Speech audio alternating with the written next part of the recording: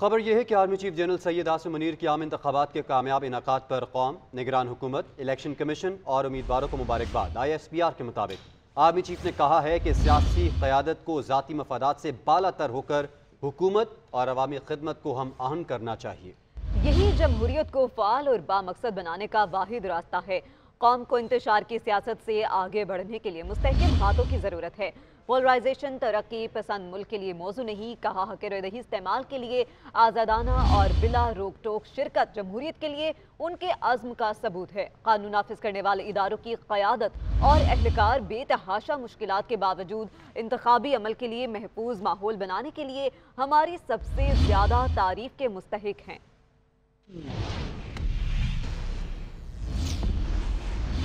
اس حوالے سے آپ کو اپڈیٹ کر رہے ہیں army chief general Syed Asim Munir کی عام انتخابات کے محفوظ اور پرامن انعقاد پر قوم کو مبارکباد۔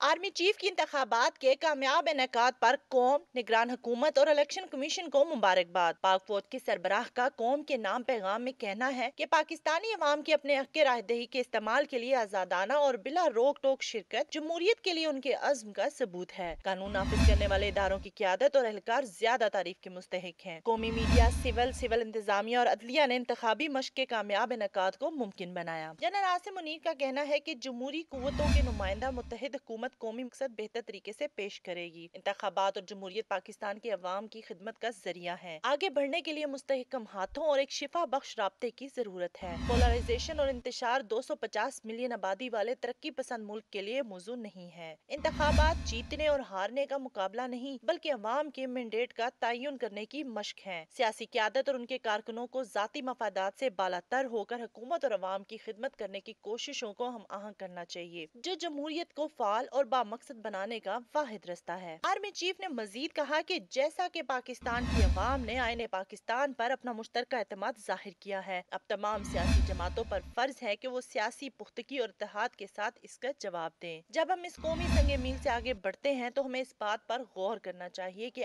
آج ملک کہاں کھڑا ہے اور باقی اقوام میں ہمارا صحیح مقام کہاں ہونا چاہیے۔ آرمی چیف نے خواہش کا اظہار کیا ہے کہ یہ انتخابات سیاسی اور معاشی استحکام لائیں اور ہمارے پیارے پاکستان کے لیے امن اور خوشحالی کا مرکز ثابت ہوں۔